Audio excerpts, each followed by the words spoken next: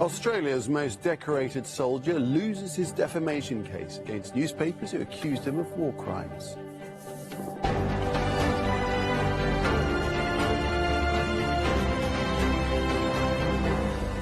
Hello, I'm Nick Clark. This is Al Jazeera live from Doha. Also coming up, more Russian airstrikes on Ukraine's capital, Kyiv. At least 3 people are killed, including 2 children. Across the border in Belgorod, Russian authorities move children to safety as shelling intensifies in the region. Yeas are 314, the nays are 117. The bill is passed. The US House votes to suspend the debt ceiling to avoid a default. And what we've learned from NASA's first public meeting about sightings of UFOs.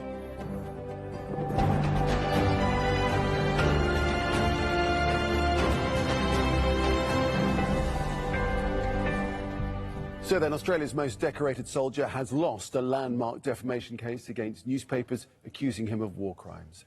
Ben Roberts-Smith had sued 3 local outlets and alleged he killed unarmed prisoners and civilians while he was serving in Afghanistan. The ruling is a victory for media seeking greater accountability for Australia's military, which is bound by confidentiality.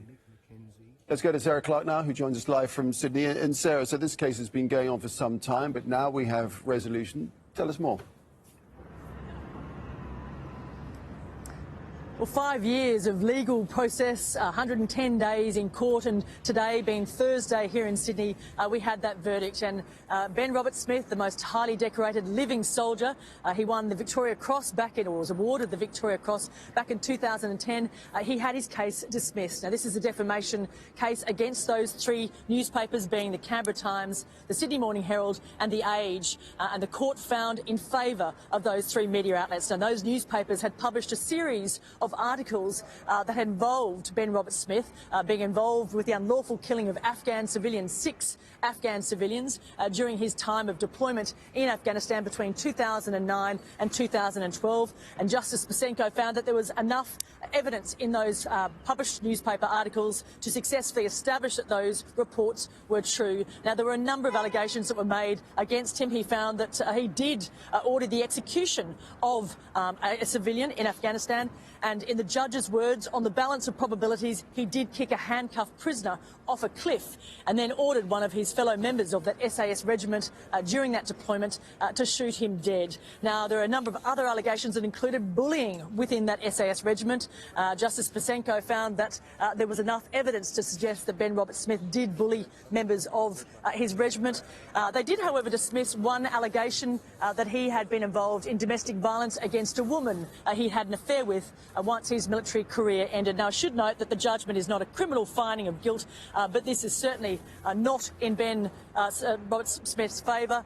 This will cost him huge amounts of damages to be paid to those 3 newspapers, being the Sydney Morning Herald, the Age and the Canberra Times. Now, those newspapers, the 2 reporters, Nick McKenzie and Chris Masters, who are highly respected investigative reporters in Australia, they held a press conference after the verdict was given, and they declared this a vindication of press freedom in Australia and said that this is a vindication of Australia's media having the right to investigate matters of public interest on this scale.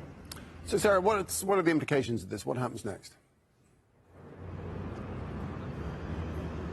Well, interestingly enough, Roberts-Smith was not here. He attended almost every other of the 100 days of court hearings, but today he didn't appear in court to hear this verdict. He was in Bali. We've seen images that have been published in the national media here.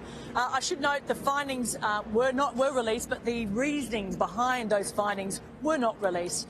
There was a last-minute application by the Commonwealth to withhold those reasonings, to review that, to see if there's any elements of national risk involved or national security because of the scale of this investigation involving the SAS soldiers, Australia's deployment, which has been over 20 years in Afghanistan. Now, the Roberts-Smith, he has been awarded no damages, but the lawyers for the newspapers, that being the 3 newspapers involved, they are now looking to seek the actual amount of costs of this trial, because they'll be awarded those in damages. Now, estimates have suggested the cost of this trial has been upwards of $25 million, so that's a huge amount of money. It's been one that's declared a case to go down in Australia's legal and military history. Now, Ben Roberts-Smith also offered his Victoria Cross up as collateral if he lost this case, and obviously he may lose that Victoria Cross as a result. He also borrowed money from Kerry Stokes, who's a huge media baron owning 7 West Media here in Australia, to help him pursue this case. So no doubt he'll be looking to see whether he has to pay that back. But it's been a big win in Australia for media, press freedom on this Thursday. Sarah, thanks very much for that. Sarah Clark there in Sydney. The US House of Representatives has passed a bill to suspend the nation's debt ceiling, which stands at $31.4 trillion. President Joe Biden has praised what he's calling bipartisan compromise to avert a catastrophic default. The bill now goes to the Senate before he can sign it into law. Alan Fisher reports from Washington, D.C. The bill is passed. The US government has been running on financial fumes for 5 months. It would have finally run out of money to pay the bills on June 5th, but the first step in stopping any debt default has passed the House after a contentious vote. I wanted to make history. I wanted to do something no other Congress has done. That for the first time in quite some time, we'd spend less than we spent the year before. McCarthy negotiated a deal with US President Joe Biden to avert a financial crisis. But some in his own party were angered there weren't deeper cuts to government spending and stronger efforts to cut the deficit. That anger brought a no vote from them, and it was directed at the leader of their party in the House. I'm trying to figure out exactly what conservatives should be happy about. Some Democrats were upset too at the cuts that had been agreed, but there was still enough of them to push through the bill.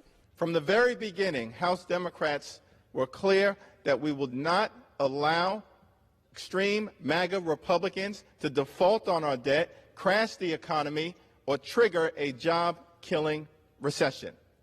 A US debt default would create economic tremors which could spark a recession at home and real issues globally. One expert says when the deal is agreed, the continuing problem of America's debt won't go away. And the big drivers of debt were taken off the table at the beginning. What we call Social Security, aid for the elderly, Medicare, health care for the elderly, Medicaid, health care for the poor. None of those were touched. And if those are the drivers of federal debt, the problem continues. This was the highest hurdle that the bill to suspend the debt limit was likely to face, getting through the Republican-controlled House. Now that it's done that, it will go to the Senate and then to the President's desk for signing probably on Friday. Now, both sides will claim victory for this, but the biggest fallout is likely to be for Kevin McCarthy, and he'll face calls from inside his own party to be replaced as Speaker. But that is another Capitol Hill drama for another day. Alan Fisher, Al Jazeera, Washington.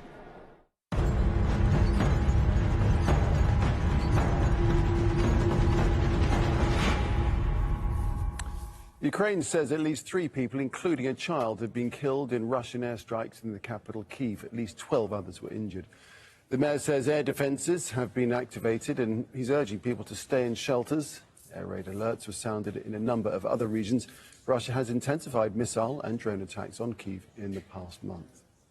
Well, Washington has announced a new $300 million military aid package for Ukraine in response to that latest wave of Russian attacks. The assistance includes air defense systems and ammunition. I think this week, as you all seen, Russia has continued to wage just a brutal, completely unprovoked war against Ukraine, launching yet more airstrikes and bombarding Ukrainian cities all across the country. In fact, in just this here month of May, Russia's launched 17 different air assaults against Kyiv, harming civilians, devastating civilian areas, hitting civilian infrastructure. In response, the United States is going to continue to support Ukraine, help give them things that they need to better defend themselves. Well, Russia says it's evacuating hundreds of children from villages in the Belgorod region, close to the Ukrainian border. It is in response to an increase in assaults on Russian territory. The governor says the first 300 children will be relocated to areas further inland. He says at least 8 people were injured in the town of Shebekino. Ukraine has not commented on the reports. Let's get more on this with our journalist Yulia Shapovalova in Moscow. And Yulia, first up, tell us more about this shelling in the Belgorod region.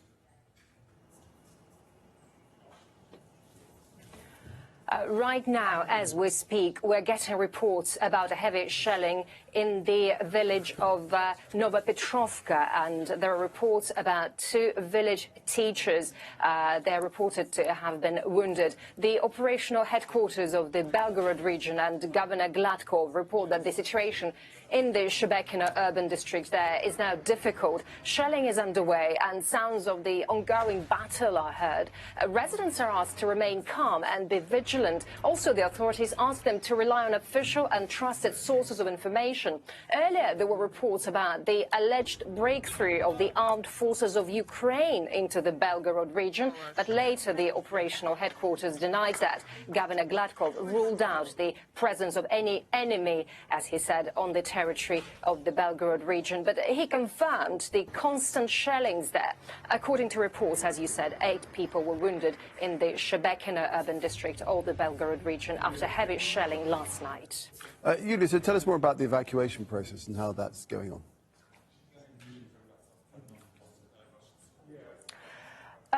Residents of the area are trying to find options for leaving the cities now. Gladkov said that the local administrations of districts and villages are taking people out. But first, the authorities are waiting for the end of the shelling because now it's too dangerous to take people out. Earlier, the Belgorod authorities reported about evacuations of children from the area. They have been accommodated in children's summer camps in the Voronezh region.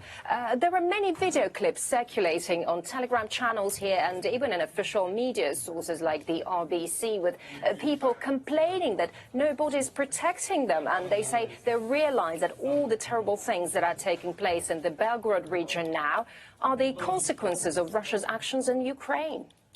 All right, Yulia, thanks very much indeed for that update. Yulia Shapovalova in Moscow.